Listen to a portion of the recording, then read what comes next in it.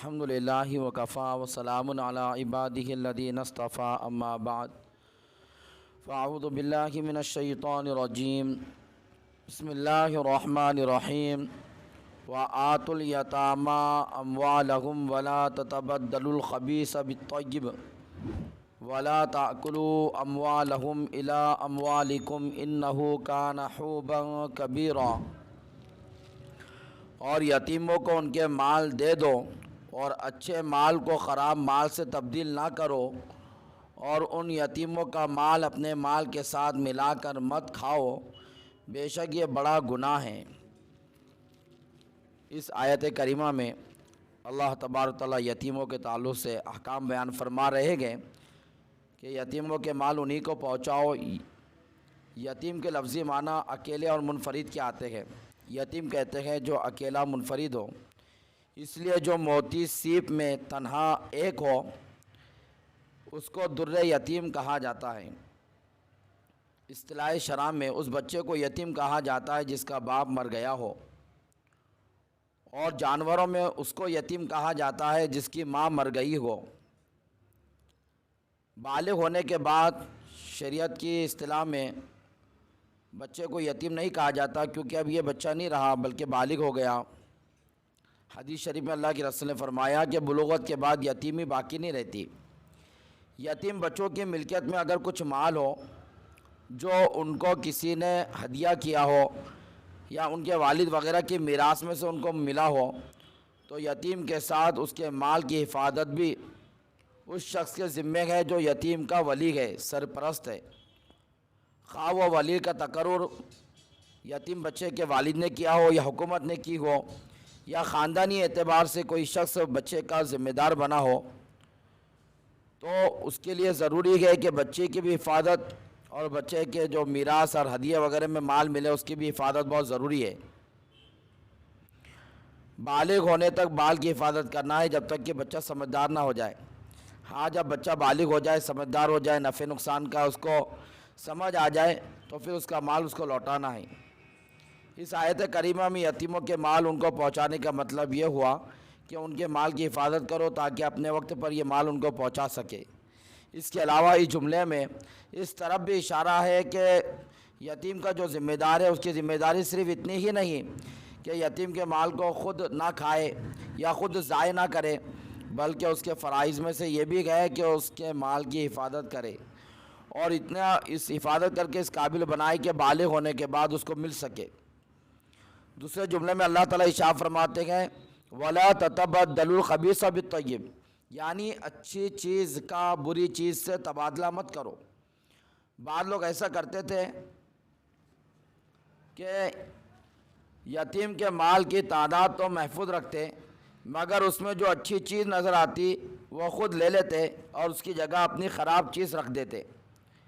مثال کے طور پر عمدہ بکری کے بدلے میں کمزور بکری اس کے مال میں ملا دی، یا کھرے نقد کے بدلے میں ایک کھوٹا رکھ دیا۔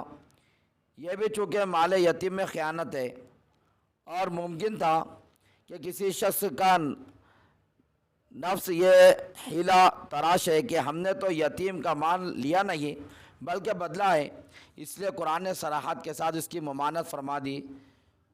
اس میں یہ ممانعت میں جس طرح یہ بھی داخل ہے کہ خود اپنی خراب چیز دے کر اچھی چیز لے لے، اسی طرح یہ بھی داخل ہے کہ کسی دوسرے شخص سے تبادلے کا ایسا معاملہ کر لے جس میں یتیم بچے کا نقصان ہو۔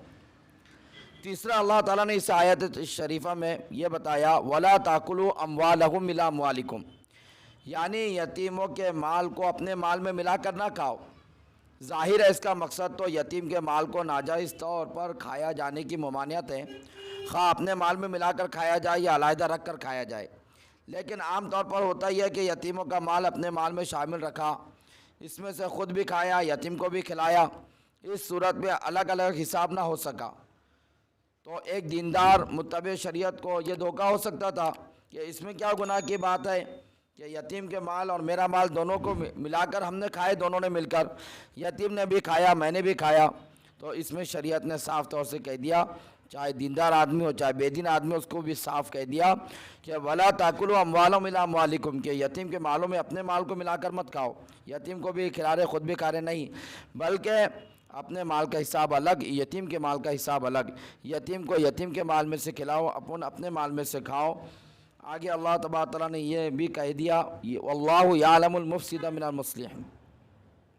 اس عنوان سے ان کو آر دلائی گئی کہ جو لوگ اپنے حلال مال موجود ہوتے ہوئے یتیموں کا مال حرام طور پر کھا جانا بڑی شرم کی بات ہے، اس طرف آر دلائی گئی ہے کہ اکثر یتیموں کے مالوں میں وہی لوگ مال ملا سکتے ہیں جن کے پاس خود کا مال موجود ہو، تو شریعت نے یہی آر ان کو دلائی ہے کہ اپنا حلال مال ہونے کے باوجود یتیم کا مال ملا کر کے اس کو حرام کر رہے ہو، بڑی شرم کی بات ہے۔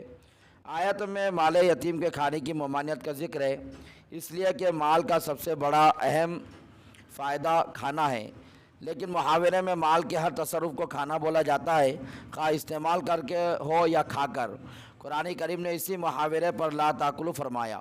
اس میں ہر ناجائز تصور داخل ہے، ضروری نہیں کہ کھانا ہی داخل ہے بلکہ ہر طرح کا ناجائز تصور داخل ہے۔ زمین ہے یتیم کی، اس کی زمین کا کچھ حصہ اپنے پاس رکھ لیا اور یہ سوچا کہ میں نے اس کی اتنی خدمت کی، اس کو پال پوس کے بڑا کیا، تو کیوں نہ میرا حق کیوں نہیں بنے گا اس کے مال کو تھوڑا بہت لینے کا۔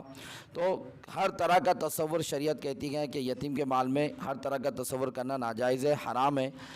اس لیے قرآن پاک نے محاورے کا اعتبار کر کے لا تاکلوا مت کھاؤ کہا، لیکن ہر طرح کا تصور اس میں داخل ہے، چاہے کھانے کے تعلق سے ہو، چاہے پہننے کے تعلق سے ہو، چاہے زمین اور جائیداد پراپرٹی کے تعلق سے ہو۔ اور قرآن پاک آگے کہتا ہے انہ کان حبا کبیرہ، یتیم کے مال کو کھانا بہت ہی بڑا گناہ ہے۔ دوسرے دیگر جتنے گناہ ہیں وہ بھی سب بڑے گناہ ہیں، لیکن ان سب میں بہت بڑا گناہوں میں سب سے بڑا گناہ یہ بھی ہے کہ کوئی یتیم کے مال کو کھائے، چاہے اس کے مال میں تصرف کر کے ذریعے سے کھا کر یا پراپرٹی وغیرہ پر ناجائز قبضہ کر کر یا پراپرٹی میں سے کچھ حصہ اپنے نام کر کر، جس طرح بھی ہو یتیم کا مال کھانے سے پرہیز کرے۔ اللہ تبارک و تعالیٰ ناجائز کمائی سے، ناجائز کھانے سے، ناجائز تصرف سے ہماری حفاظت فرمائے۔ آمین۔ وآخر دعوانا الحمدللہ رب العالمین۔